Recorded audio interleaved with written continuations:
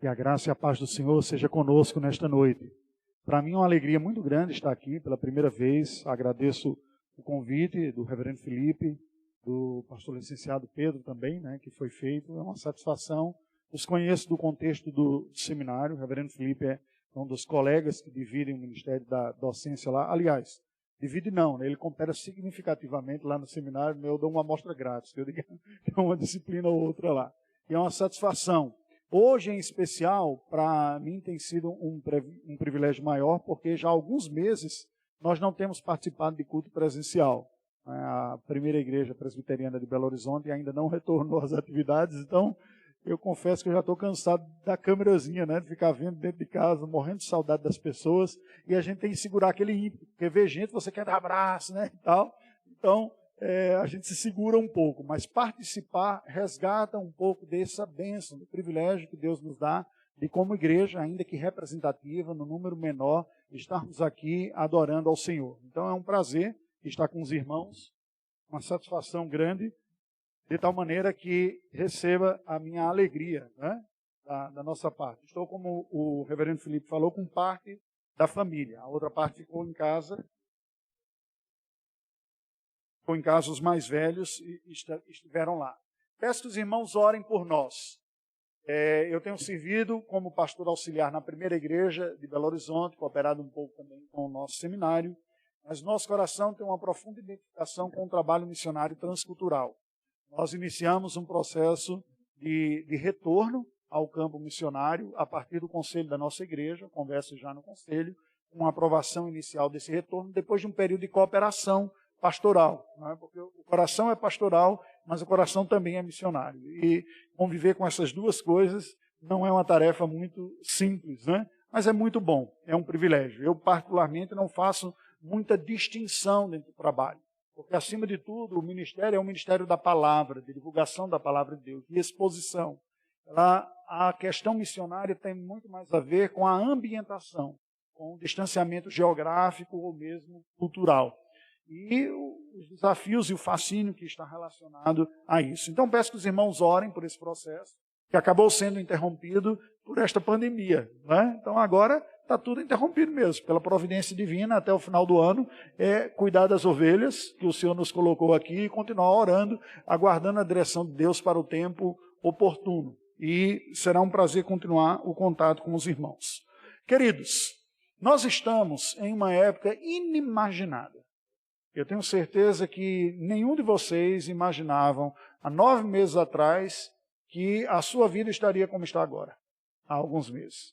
Nenhum de nós fazia ideia do impacto que um ser insignificante do ponto de vista da dimensão da física ou da matemática, microscópico, que a ciência não identifica nem mesmo como ser vivo, uma massa de ácido ribonucleico revestido por uma membrana, que se utiliza de células vivas para inocular a sua carga genética química, se utilizar da importância daquilo para se multiplicar, teria o poder de fazer o que está fazendo no mundo.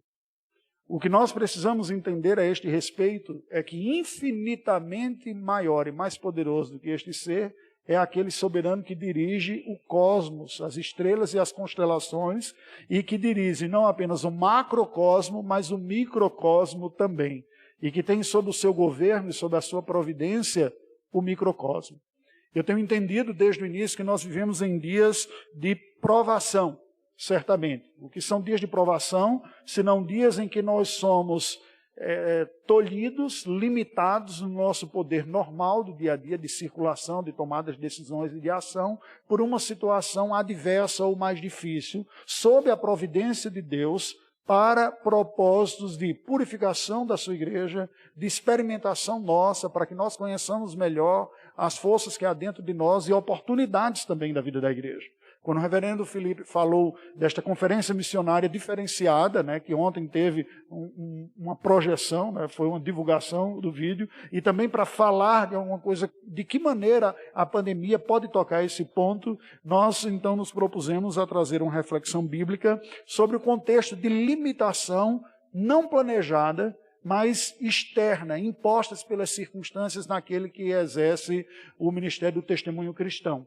E, portanto, baseado nisso, eu gostaria de refletir com você sobre alguém que também esteve em quarentena, mas não esteve numa quarentena imposta por uma questão viral, mas por uma questão social, por ter sido indevidamente ou injustamente, conforme as leis, justamente, mas moralmente ou espiritualmente não, tido o seu poder de liberdade, de circulação, de agência, de caminhar limitado pelas circunstâncias, que foi o apóstolo Paulo no cárcere.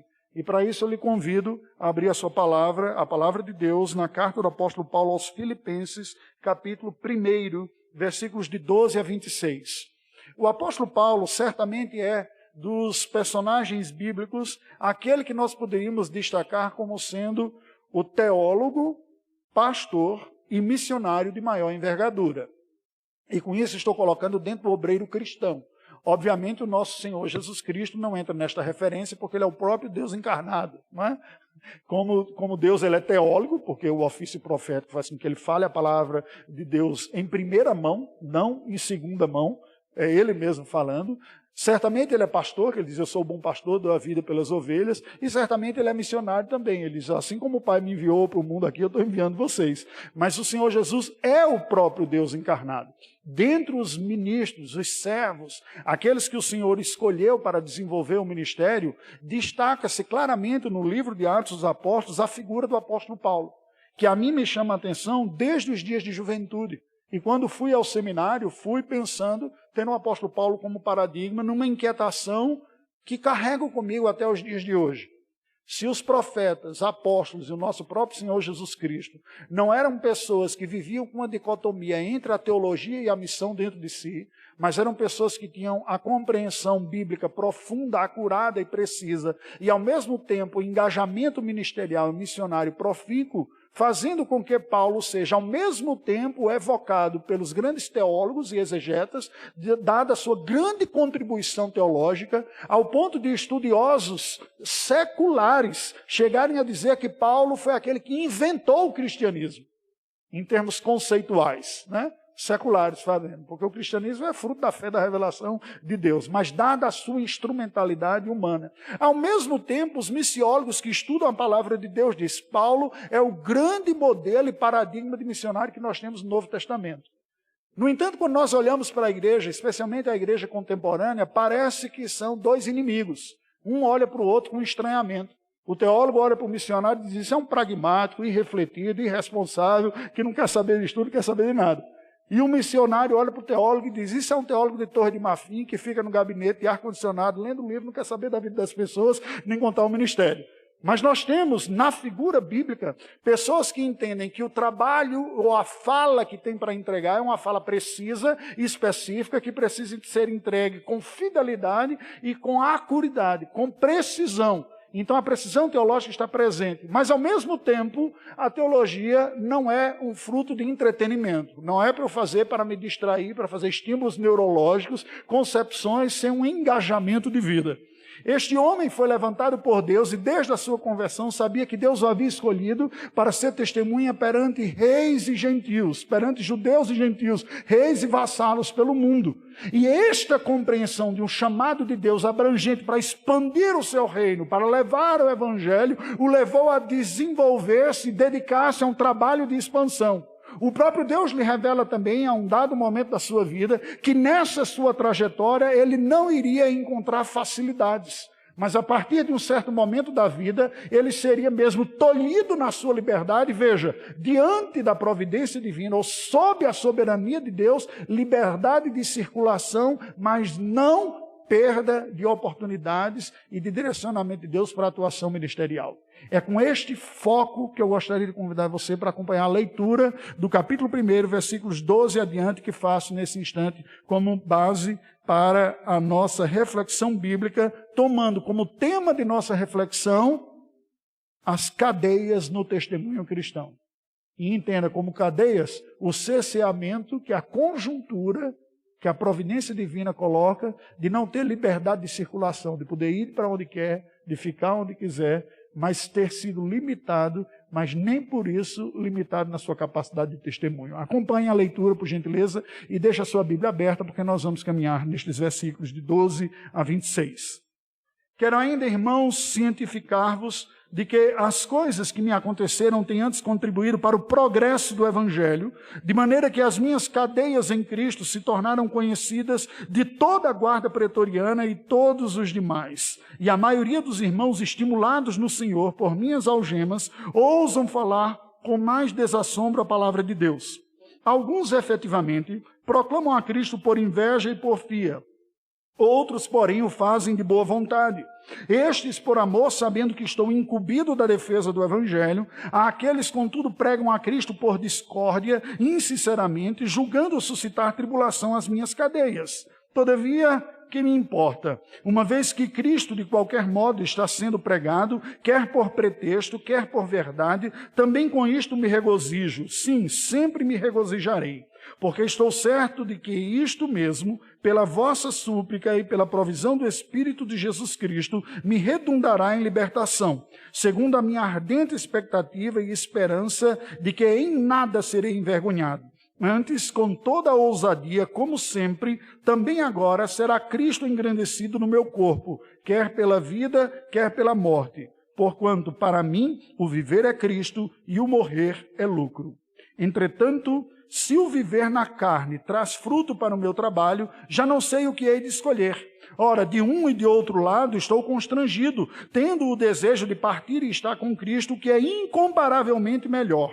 Mas, por vossa causa, é mais necessário permanecer na carne. Convencido disto, estou certo de que ficarei e permanecerei com todos vós para o vosso progresso e gozo da fé, a fim de que aumente, quanto a mim, o motivo de vos gloriardes em Cristo Jesus, pela minha presença de novo convosco. Amém.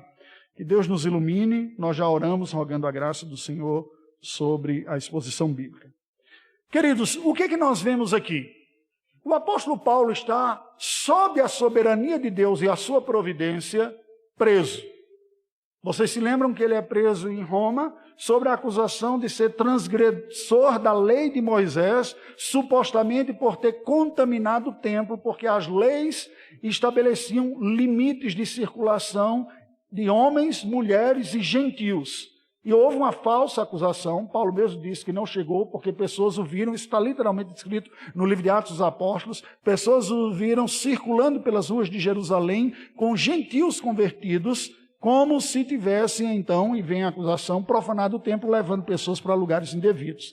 Isso gerou um transtorno muito grande, porque àquela altura a fé cristã já estava alcançando muitos dos judeus. Muitos dos filhos de Abraão, dos filhos da aliança, portanto, estavam já àquela altura reconhecendo em Jesus de Nazaré o Messias ansiado pelos hebreus e ensinado pela tradição judaica que viria para ser o Salvador. E isso estava torcendo o nariz de muitos judeus que não reconheceram Jesus como Messias. Paulo então é preso e o livro de Atos dos Apóstolos nos narra nos capítulos intermediários do seu livro, depois capítulo 16, 17, um pouco mais adiante, essa trajetória final que vai até o final do livro. Como o apóstolo Paulo, preso, nos últimos capítulos do livro de Atos dos Apóstolos, nos demonstra que, como em prisão, ele desenvolve o seu ministério. Para quem estava vivendo essa situação, não deve ter sido fácil. Certamente o apóstolo Paulo teve muitas perguntas e muitos questionamentos. Ele que foi um homem extremamente ativo, que participou da primeira viagem missionária, a segunda viagem missionária, a terceira viagem missionária, que se depositou um certo tempo em vários lugares para pregar a palavra de Deus, para plantar igrejas importantes e de referência, em que através das quais o evangelho foi espalhado pelo mundo conhecido, não apenas na região da Judéia, como ele escreve aos Romanos, no capítulo número 15, diz, não tendo mais campo de atuação desses lugares, porque tendo pregado o evangelho em Jerusalém, em circunvizinhanças, até o Ilírico, que é a região dos Balcãs, onde nós servimos como família, como missionários. O que na Bíblia é chamado de Ilírico é a região que hoje envolve o norte da Albânia, o país que nós servimos, e o sul da República de Montenegro, que não é da minha família, apesar do sobrenome, né? Um país europeu também que lá está. Então o apóstolo Paulo tinha esta visão, se dedicou, plantou igrejas, atuou em situações distintas, se adaptando em diversas dessas situações, mas agora, desde a última ida a Jerusalém, ele estava preso. O Senhor mesmo havia já revelado a ele que ele iria enfrentar esse tipo de situação, mas não deve ter sido fácil. O impacto da prisão de Paulo veio muito forte sobre alguns cristãos. Timóteo é uma destas pessoas, de uma característica e de um perfil um pouco mais introspectivo. Timóteo parece ter ficado abatido pela situação que ocorria com seu tutor, o seu discipulador, que foi o apóstolo Paulo, a ponto de Paulo lhe escrever cartas encorajando e dizer: ânimo, Timóteo, vai adiante. Deus está à frente, não desanime no seu testemunho. As cadeias que vêm sobre mim, não são sobre o reino de Deus e não são sobre o evangelho do nosso Senhor Jesus Cristo, nem mesmo sobre o meu ministério. É em prisão que o apóstolo Paulo escreve cartas importantes que foram não apenas inspiradas pelo Espírito Santo, mas que foram conteúdos de fé significativos para a própria fé cristã. Deus, em sua providência, usa aquele homem limitado nas condições geográficas de locomoção, mas sob a ação gloriosa do Espírito para trazer a mensagem do Evangelho. E aí vem o primeiro ponto desta mensagem, baseado nesses textos aqui, dado esse contexto. De que maneira um contexto de recenciamento, de quarentena, de limitação de circulação, pode contribuir positivamente no reino de Deus? Você pode estar pensando isso, mas é um atraso.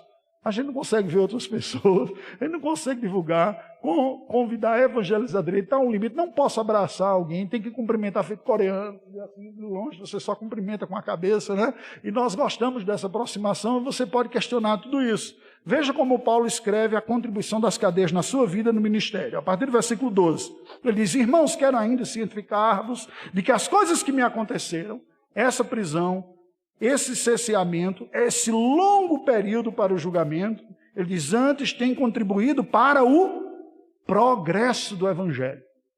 Eu pessoalmente estou limitado fisicamente na minha liberdade, que sempre tive e fiz uso dela para a pregação do reino de Deus, mas de uma maneira irônica e paradoxal, isso está produzindo progresso. Qual é a pergunta que nós fazemos imediatamente? Como? Como é que a pessoa limitada, alguém que foi tão dinâmico, que viajou, que atuou tanto, está conseguindo cooperar mais? Ele descreve nos versículos 13 e 14, as cadeias, no versículo 13. De maneira que nas minhas cadeias, ou seja, na minha prisão em Cristo, e com isso ele demonstra claramente a sua crença na soberania de Deus e providência, há um julgamento injusto, há um retardamento da causa por interesses escusos, nenhuma das pessoas que estão agindo indevidamente são desculpáveis nas suas indevidas ações, mas acima de todas elas há um Deus que é soberano, por isso que ele diz, a minha prisão é em Cristo. Cristo é o Senhor. Ele é aquele que governa, inclusive o mal, o governante mal. Governa o governante mal e governa o vírus microscópico. Ele é o Cristo que governa todas as coisas. Ele diz, em Cristo se tornaram conhecidas de toda a guarda pretoriana e de todos os demais. A guarda pretoriana era uma guarda especial romana que acompanhava aqueles que tinham uma prisão especial. Uma boa parte dos brasileiros acompanharam avidamente, entre eles eu, a Lava Jato e a condenação de algumas figuras importantes do nosso país por corrupção. E algumas delas ficaram com alguma prisão diferenciada, que foi até questionamento, né? Um espaço diferente na Polícia Federal de Curitiba, com tratamento, como é que pode? Então, existia naqueles tempos também um tratamento especial, só que não era feita propriamente no lugar, mas uma guarda especial, especializada, que fazia uma presença constante. O apóstolo Paulo experimentou prisão domiciliar, como nós lemos no último capítulo do livro de Atos dos Apóstolos, sob a vigilância de guardas que compartilhavam com ele, vigilando. Não era tornozeleira eletrônica, era tornozeleira pretoriana. A guarda pretoriana ficava ali garantindo o cara. E aí eram pessoas com uma educação diferenciada, com qualificação diferenciada. E o apóstolo disse, se a providência divina está colocando esse cara aqui, é evangelho dele. E aí ele compartilha o evangelho com essas pessoas de forma significativa e ostensivamente. Ele diz, toda essa nata da polícia especial de Roma ouviram o evangelho. O evangelho chega mesmo na casa da família do próprio imperador, como ele escreve na carta, saúda-os da casa de César. O Senhor disse, você dará testemunho perante reis e autoridades. Nós não saberíamos dizer se foi por testemunho direto do apóstolo Paulo, mas certamente, ele está dizendo aqui, certamente no versículo 14, a minha atuação de dar testemunho na quarentena carcerária estimulou outros irmãos a darem. Olha o que ele diz, verso 14. E a maioria dos irmãos, estimulados no Senhor por minhas algemas, ousam falar com mais desassombro a palavra de Deus. Porque a lógica natural é, a coisa ficou difícil, está pesada, é nós cairmos na murmuração. Ó tempos, ó céus, ó azar, ó quarentena desgraçada, ó saudade da igreja, do culto, dos irmãos, do abraço, do beijo, da ceia, não é? E a gente cair nessa cantinela. Este homem olha para a circunstância e diz, o Cristo soberano que tudo dirige me colocou nessa circunstância e é nessa circunstância que eu vou evangelizar e pregar a palavra do Senhor. O Cristo soberano sobre tudo e sobre todos me deu um público. Porque quando eu estava na liberdade, eu ia até o público. Eu procurava as pessoas, eu ia atrás delas. Agora, estando preso, o público vem até mim. O policial vem até mim e eu digo, pô, você vai ouvir do evangelho aqui. E compartilhava do evangelho com estas pessoas.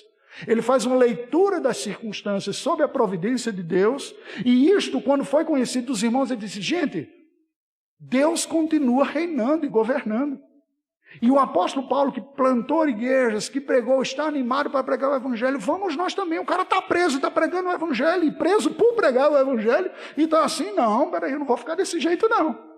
Sabe aquele exemplo positivo que lhe estimula, que vocês como pessoas enfrentam dificuldades, superam desafios e vão adiante, e você olha para si mesmo e diz, mas se ele conseguiu fazer isso aqui, eu também vou conseguir.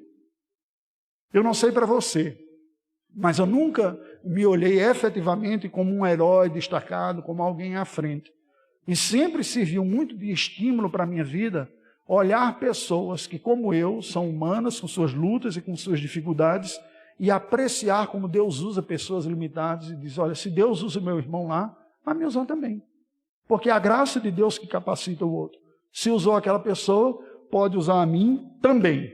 Mas sigamos. Nos versículos de 15 a 7, Paulo explica que há variadas motivações para esse testemunho. As pessoas testemunharam de maneiras diferentes. Ele diz, olha, há más motivações, descritas nos versículos 15 e 17. Alguns efetivamente proclamam a Cristo por inveja e porfia. No verso 17, aqueles, ou seja, esses, pregam a Cristo por discórdia e insinceramente, julgando suscitar tribulação às minhas cadeias. Havia algumas pessoas que olhavam para Paulo e que questionavam alguns dos seus métodos e alguma forma como ele anunciava o evangelho e até partes do seu conteúdo. E viram Paulo preso e disseram, eu falei, aquele cara causa confusão mesmo. Onde ele vai, ele é tribulação, ele é expulso da sinagoga, o pessoal não gosta dele, ele não é sensível, ele é destemperado. Então assim, não é assim não. E vendo Paulo numa situação ruim, se viam estimulados para falar e dizer, eu tenho um evangelho legítimo. Motivações más. Outros, porém, diz o apóstolo Paulo, por boas motivações. No versículo 16, ele vai descrever, estes por amor, sabendo que estou incumbido de defesa do evangelho. Que olhavam para a sua vida e o ministério e diziam, Paulo está sofrendo situações, mas Deus é com ele, nós devemos pregar o mesmo evangelho que Paulo. Veja, tanto um quanto o outro. Isso é um dado curioso. Sabe por quê, irmãos? Preste atenção. A glória do cristianismo não está nos cristãos, está em Cristo. O Deus que se revela através do evangelho se revela a despeito dos porta-vozes. Nem sempre nós somos tão belos assim. Algumas vezes na vida você vai encontrar pessoas que você vai falar do evangelho que vão ter práticas na vida melhores do que a sua, para você se envergonhar e eu. Você pode encontrar pessoa que pode ser mais paciente, amoroso em casa do que você é. Gente que pode ser mais austero e delicado e ético do que você é. Isso não significa dizer que o evangelho está desqualificado. Significa que Deus está lhe mostrando que você precisa do evangelho também. Não para a salvação eterna, porque essa você recebeu quando se arrependeu, mas para reestruturar a sua própria vida. Havia pessoas, Paulo está dizendo aqui, que pregam com motivações erradas. E olha a conclusão que ele chega, versículo 18. Todavia, que importa? Uma vez que Cristo de qualquer modo está sendo pregado, quer por pretexto, quer por verdade. Também com isto me regozijarei, sim, sempre me regozijarei. Preste atenção, deixa eu deixar uma ideia clara para não gerar confusão. Paulo não está dizendo o que é que importa com a vida dessas pessoas. Porque quando você lê as cartas, você vai encontrar sempre dele, inclusive, exortações para reformulações de práticas na vida. Nós somos chamados para reformular aquilo que na nossa vida não está de acordo com a palavra de Deus. E ponto. Mas a autoridade da nossa fala não está na legitimidade, quão perfeito a gente vive o que diz, está no próprio conteúdo. O que o Paulo está dizendo é o seguinte, o que essas pessoas pregam é verdade. O evangelho não é menos qualificado porque os porta-vozes têm lutas na sua própria vida. Estas pessoas que têm lutas precisam reformular a sua vida, como nós também precisamos, em um aspecto ou outro. O que ele diz é: para de prestar atenção a quem critica o ministério e critica o evangelho. Quantas pessoas não se veem ofendidas, desanimadas, e alguns até desacreditam da igreja porque os olhos estão focados nas falhas dos outros. Eu não estou dizendo que a falha não tem impacto, porque o Senhor Jesus diz que é inevitável que venham os escândalos, mas ai daqueles através de quem vierem os escândalos. Paulo não está falando nesse ponto aqui de escândalos, está falando de motivações equivocadas. E olha, eu vou admitir uma coisa para vocês, nem sempre fácil de se falar, nem sempre o ministério é exercido com as melhores das motivações. Muitas vezes nós que estamos envolvidos no ministério somos fisgados por motivações equivocadas. Quem gosta da academia tem medo de ser julgado mais burrinho do que o outro. Então trata de fazer uma citação aqui e acolá para os caras acharem que você é inteligente e faz uma boa leitura.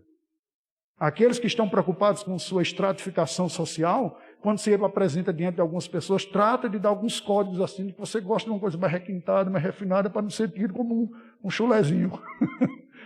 Essas motivações são boas? Não. Mostram temores dos homens governando o nosso coração. Isso não deveria nos preocupar. No entanto, o problema está quando a própria mensagem do evangelho é deturpada, quando muitas pessoas deturpam hoje em dia. Não era o que ocorria com essas pessoas. Paulo está dizendo: para de se afetar tanto pela motivação dos outros. Foca no conteúdo da mensagem. A mensagem não está presa, ela está livre. Eu estou preso, pessoas estão com motivações erradas, mas o evangelho do Senhor continua sendo pregado e eu me alegro por isso. É o que ele diz no versículo 18. No versículo 19, então, a partir do versículo 19 até o 26, nós vemos outros ensinamentos. Mas vamos fechar esse ponto aqui. O que é que Paulo está nos ensinando? As cadeias, a quarentena, o cerceamento na vida de Paulo serviu para a expansão do evangelho. Não só ele pregando para pessoas que, se tivesse na liberdade, não teria condições de fazê-lo, porque não teria acesso a essas pessoas, mas serviu também de estímulo à igreja de perceber que, mesmo sofrendo dificuldades e limitações, o evangelho continua e essas pessoas se motivaram. Vamos pensar no nosso caso? Preste atenção aqui. A adversidade da vida, a oposição à fé, ou barreiras até físicas e de saúde como esta, são terrenos férteis da providência divina usadas para o crescimento da fé cristã. Preste atenção que isso é importante. A humanidade começa o século XXI com um excesso de autoconfiança, poucos vistos em momentos da história. As nações mais desenvolvidas do mundo, com os PIBs mais elevados, com inúmeros prêmios Nobel de literatura, economia, engenharia, seja o que for, estão todos de joelho diante de uma coisinha chamada Covid-19. A autoconfiança desse povo que dizia: nós temos todo o conhecimento, nós temos toda a ciência e nós temos dinheiro, se mostrou absolutamente incompetente diante de um vírus. Isso é uma tremenda oportunidade para nós dizermos o seguinte: o homem não é a solução dos seus próprios problemas. O homem não é capaz de resolver tudo. Pessoas que depositavam confiança no seu dinheiro, na sua inteligência, na sua capacidade, agora estão vendo que isso não tem. E o sentimento de desespero e desesperança é muito grande. Excelente oportunidade para você, como cristão, dizer: deixa eu falar de alguém que tem poder muito maior do que esse vírusinho aí. E com o vírusinho eu não estou querendo diminuir o impacto dele, não. É só em proporções físicas aqui. É um ser microscópico que está fazendo um estrago danado, mas tem um ser infinito e infinitamente poderoso que governa isso e que tem um controle de tudo. A negação de Deus pode levar as pessoas ao desespero numa situação como essa, dizendo: nada faz sentido, não há segurança nenhuma. Excelente oportunidade para você levar o evangelho. Pessoas que estão sem esperança, pessoas que depositaram a esperança no lugar errado, a providência divina está tirando o chão dessas pessoas, para que você apresente agora a rocha, o alicerce, que é Jesus Cristo. Paulo aproveitou as oportunidades adversas da sua vida e pregou o evangelho, como nós devemos fazer também. Segunda porção do texto, o dilema que Paulo viveu nas cadeias, versículos de 19 a 26. Ele nos diz assim: porque eu estou certo de que isto mesmo, pela vossa súplica e pela provisão do Espírito de Jesus Cristo, me redundará em libertação. O que é que nós vemos aqui? Paulo começa falando de uma certeza. Ele diz: eu estou certo de que pela oração dos irmãos, pela súplica e pela provisão do Espírito, aquela situação vai acabar. Qual era a situação que iria acabar? Do seu aprisionamento. Ah, Paulo era adepto da teologia da confissão positiva, então. Ele está dizendo: eu profetizo que vai acabar. A hora determina que a coisa vai dizer? Não. Acompanhe o raciocínio. Ele continua dizendo: qual é a libertação que ele está esperando? Daquela situação. Mas olha como ele enxerga isso. Segundo a minha ardente expectativa e esperança de que em nada serei envergonhado, antes com toda a ousadia, como sempre, também agora, Cristo será engrandecido no meu corpo, quer pela vida, quer pela morte. O que é que Paulo está dizendo? Essa não é a situação que eu teria planejado para mim, mas foi a situação que a providência divina me colocou. Ela não é uma situação caótica e sem sentido, de tal maneira que redundará em desonra, em vergonha, em falta de senso e falta de propósito. Deus vai dar um fim nisso. Quer seja preservando e restaurando a minha vida, a liberdade, ao ponto de eu desenvolver o ministério, como eu estava falando. Ele tinha aspirações de ir até os confins do mundo, do lado ocidental conhecido, que era a Espanha, quer seja me chamando para si. O que mostra que a visão da realidade de Paulo não está limitada às circunstâncias desta vida, coisa que o mundo, sem Deus, sofre, de projetar toda a realidade à existência terrena.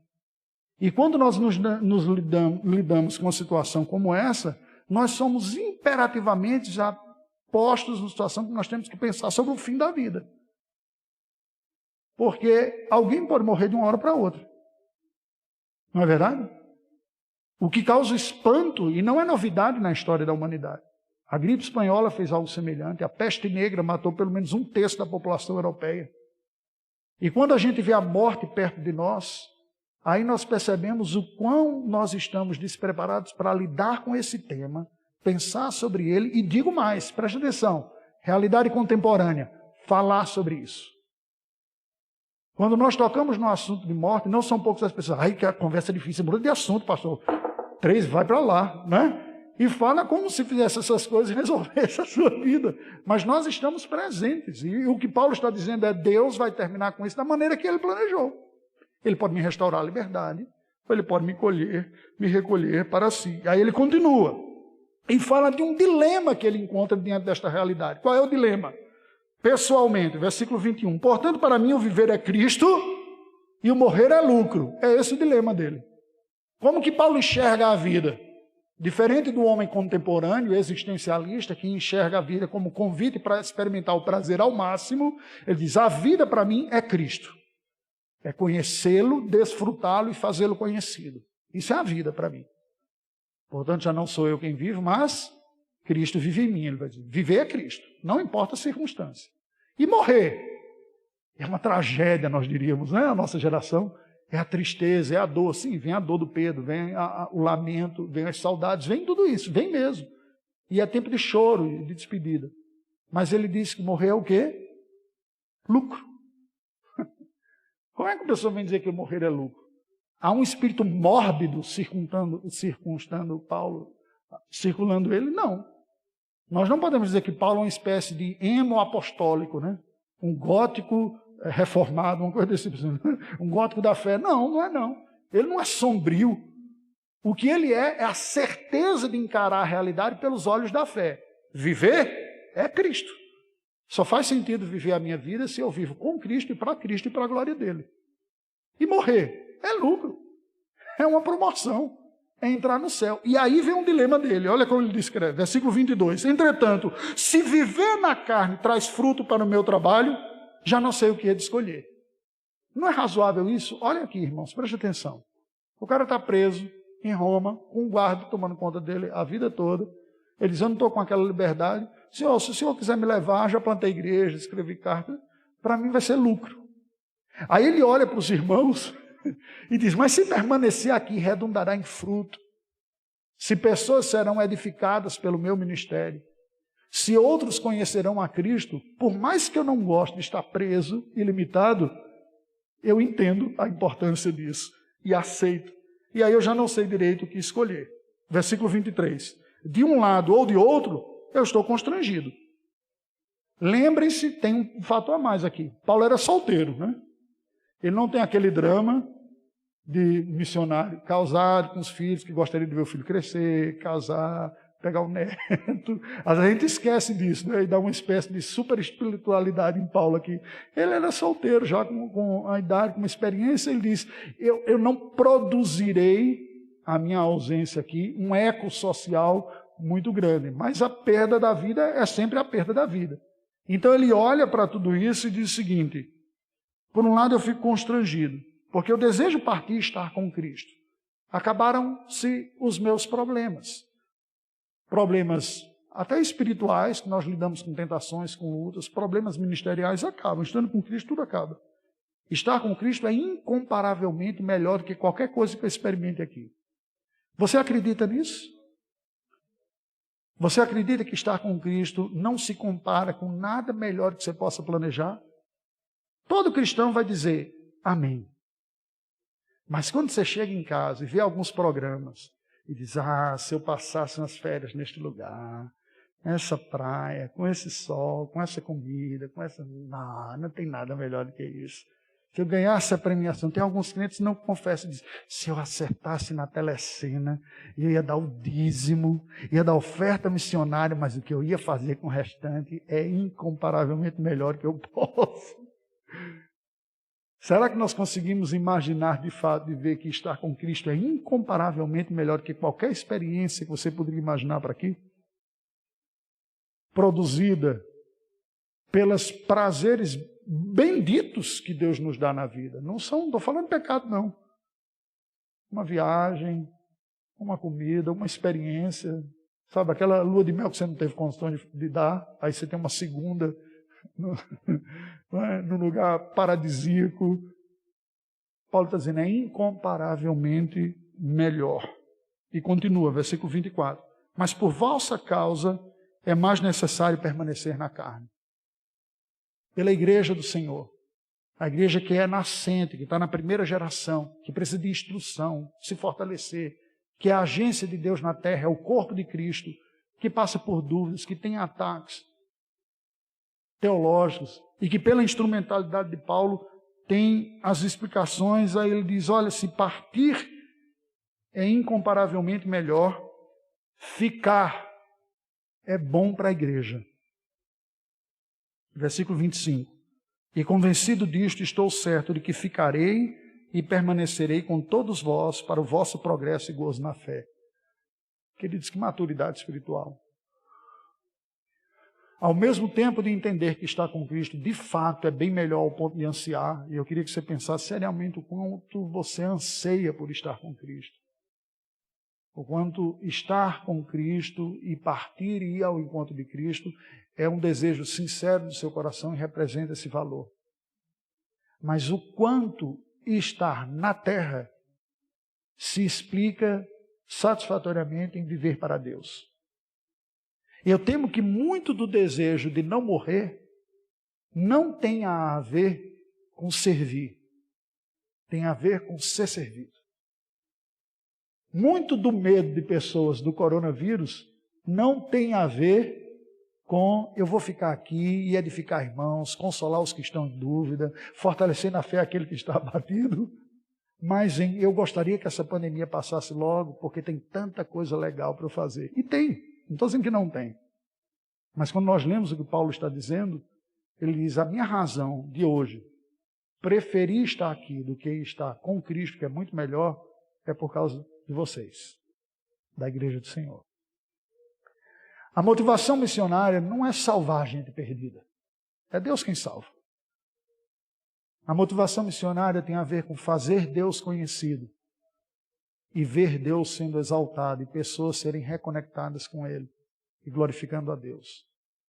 A motivação ministerial tem a ver em dizer, o meu esforço, a minha dedicação, faz todo sentido quando eu vejo que a minha contribuição produziu um bem espiritual para alguém.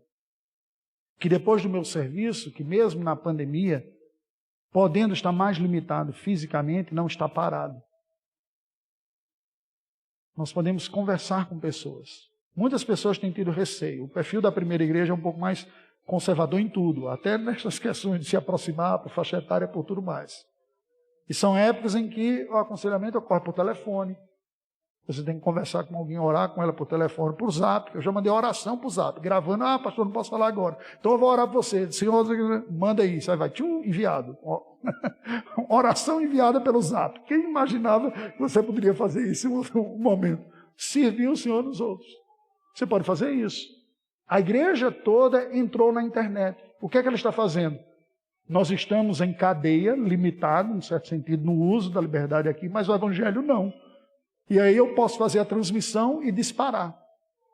Pastor, mas isso é um jeitinho que a gente está fazendo, mas o bom mesmo, não, é muito bom e o bom mesmo é estar presente, é verdade. Mas Deus, na sua providência, colocou o mundo dessa maneira. Deus está controlando, Ele está dizendo alguma coisa para nós. Paulo está dizendo, eu tenho minhas idealizações, o que eu entendo que na minha cabeça seria melhor, mas se não for possível, pelo bem de vocês, eu aceito a circunstância que está e vou servir da melhor maneira possível. Vou dar um dado para vocês, um só, para não cansá-los. 1/4 de todos os muçulmanos que vêm a Cristo no mundo, vêm pela internet. Vocês sabiam disso? Por estudos bíblicos, pela Bíblia que acharam pela internet, por sites que foram lá, por vídeos no YouTube que eles aprenderam, conhecem a Cristo pela internet. Chat de discussão. 1/4, não é pouca coisa, de todos os que vêm. Quando estava servindo na Albânia, um país de maioria muçulmana, um dia bateu alguém lá na porta da igreja, no serviço de culto. Quem foi? Quem é você? Bestar, o nome do cara. Ele disse, olha, eu vim à fé cristã, mas aqui nós temos muitas dificuldades. Fui lendo, ele lê inglês meio, vendo vídeos, descobri a fé reformada. E procurei, não achei uma igreja no país. Até que no site, colocando presbiteriano reformado, apareceu aqui Umdilore Presbiteriana Stiptar, que em albanês significa Igreja Evangélica Presbiteriana da Albânia, e vi o endereço do horário de culto e vim bater aqui. Eu fiz uma visita a esse cara. O seu pai era alguém que tinha algumas deficiências de saúde, estava na cama, nós fizemos uma visita pastoral lá, oramos com ele, conversamos, e este rapaz estava ávido por conhecer, mas não tinha um lugar para congregar compatível com a fé que ele estava descobrindo. Como foi que ele descobriu? Pela internet. Nós podemos olhar assim e dizer, isso não é o que eu tinha planejado para a minha vida, mas é o que a providência divina colocou com sabedoria sobre nós. Esta oportunidade revela, por exemplo, a pandemia, a quarentena, o nosso próprio coração. Nós podemos comparar e dizer, Senhor, como está o meu nível de satisfação no Senhor? Alegria no Senhor. Quando as coisas estão normais, nós vivemos um frenesi, um corre-corre do dia a dia que a gente não para pensar. Quando nós somos privados, fica em xeque onde está a nossa segurança. Em que depositamos a nossa esperança e a nossa certeza? Não são poucas as pessoas e famílias que estão vendo a fragilidade dos relacionamentos domésticos, porque simplesmente não parava e não tinha tempo um com o outro. E agora são obrigados a conviver com bem mais tempo. E dizer, pastor, foi uma desgraça isso. Começou a estourar tanto problema lá em casa. Aí na verdade ele diz, querido, não estourou não. Estava tudo escondido. Essa convivência apertada é que mostrou áreas de tensão que estavam retidas lá e que apareceram. Sabe o que é isso? É o amor de Deus por você, Ele alertando áreas que precisavam ser trabalhadas e que você estava fazendo vista grossa. É igual o momento silencioso no culto, que a gente tem dificuldade de ter. Porque um dos exercícios mais difíceis é olhar para dentro de nós mesmos e ver quais são os nossos temores, os nossos erros, as nossas dificuldades. Paulo está numa quarentena imposta pela justiça romana. E ele olha para tudo isso e diz, Deus tem razão. E termina dizendo, eu estou convencido, estou certo de que ficarei e permanecerei com todos vocês para o vosso progresso e gozo da fé, a fim de que aumente, quanto a mim, o motivo de vos gloriardes em Cristo Jesus, pela minha presença de novo convosco.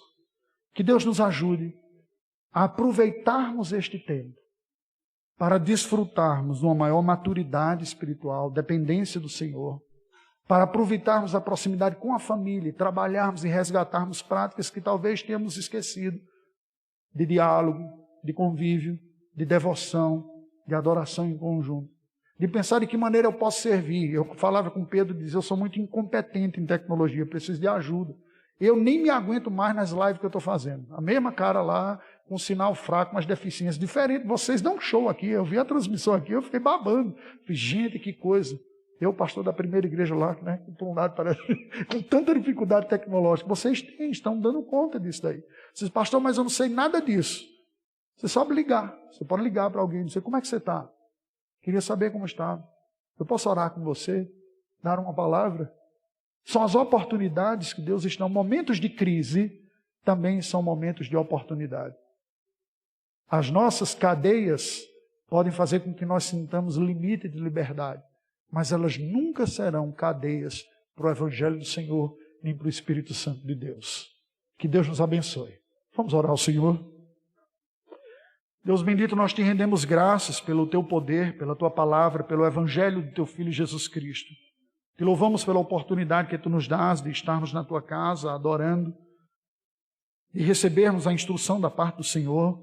Te louvamos pela iniciativa dessa conferência missionária adaptada a este tempo, com uma forte vertente tecnológica e digital. Te louvamos pela vida desta igreja.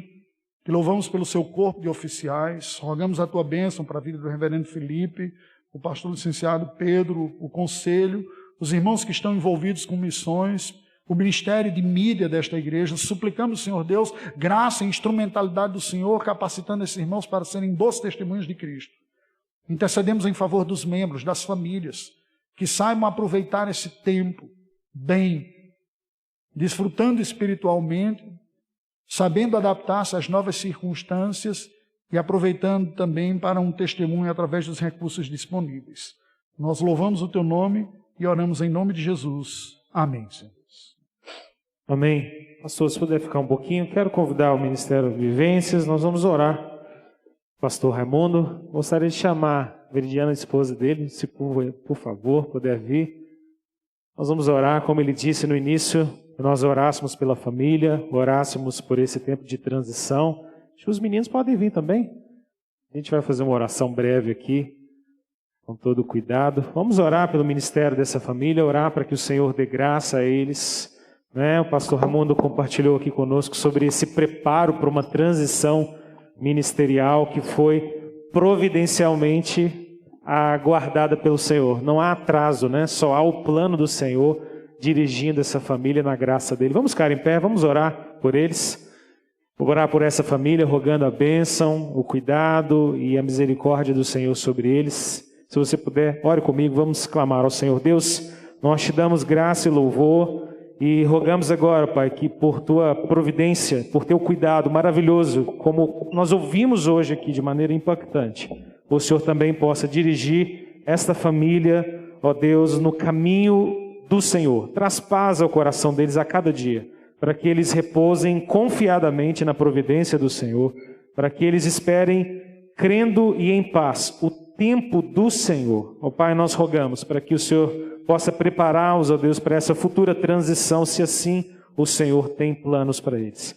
E que tudo, ó Deus, seja dirigido por tua bondosa mão, por tua sábia, Deus, mão. Ó Deus, nós clamamos ao Senhor. Guarde-os, abençoe essa família, os 2 filhos que não estão conosco nessa noite, guarda-os agora em casa, que o Senhor possa revestir esse lar e essa família da graça do Senhor e usá-los, ó Deus, oportunamente, onde quer que eles estejam debaixo da providência do Senhor.